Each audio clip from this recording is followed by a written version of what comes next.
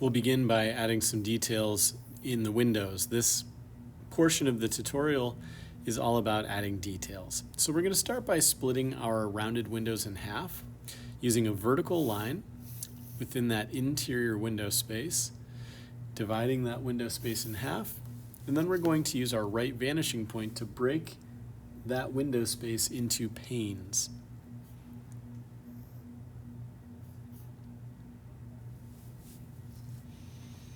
As I rotate down to create panes of the window, I'm still keeping my ruler aligned with the right vanishing point.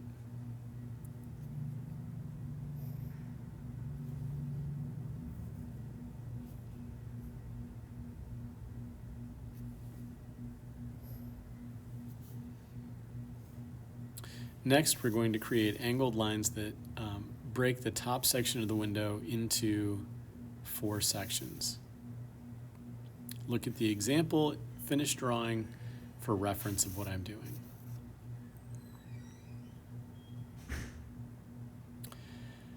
The next thing we're going to do is break the garage door into individual segments to make it appear that it could kind of fold upon itself like an accordion when the garage door opens. Once again, we're using the right vanishing point because that's what the top and bottom of the garage wall go to.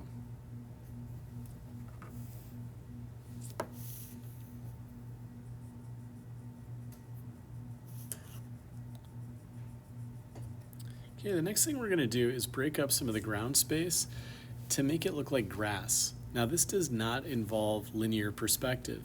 Instead, these are tiny little kind of random looking organic lines, little scribbles. We don't want to get messy with this, but we do want to place them scattered across the ground so it looks like these are just little indicators of grass. I like to place a few right along an edge, like the driveway edge, so that I can show that the grass is vertical and it's sticking up perpendicularly to the ground.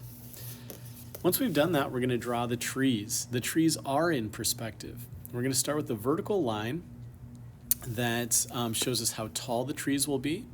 Now we're going to line up the bottom of that vertical line with the right vanishing point and the top of the vertical line with the right vanishing point. We want to drag that line until it hits the house. We can even drag the line on the other side of the house, the right side of the house, in order to show where the trees would be on that side as well. Trees that go along the horizon like this would be in perspective. They would get smaller as they get further away.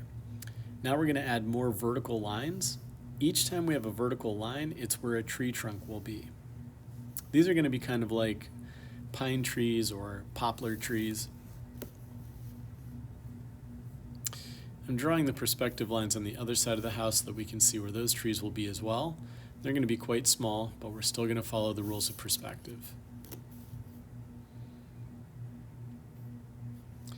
After drawing these tree trunks, we want to determine where the tree trunk will transition into the canopy of the tree. So below the horizon line, I'm going to scribe another perspective line that goes to the right vanishing point.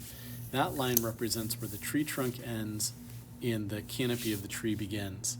I'm making these kind of cone-shaped trees.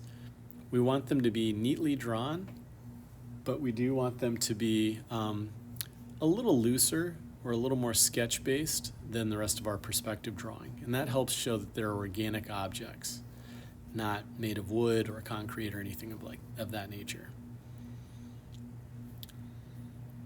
Once I get these tree canopies drawn, I will come back and draw the trunk of the trees.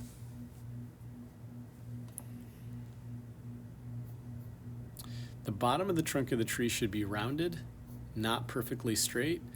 That's going to show that it sits on the ground, that it kind of interacts with the ground. This is another instance where it's helpful to shade. I'm going to choose where the sun is coming from. I'm going to make the sun coming from the right, meaning everything that is on the left or away from the sun will be shaded in more darkly.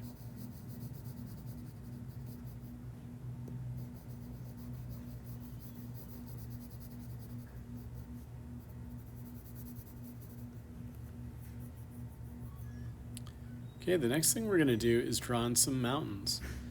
The mountains, just like we were saying with the trees and the grass, should not be geometric. We don't want to make it look like there's a heart rate monitor in the background.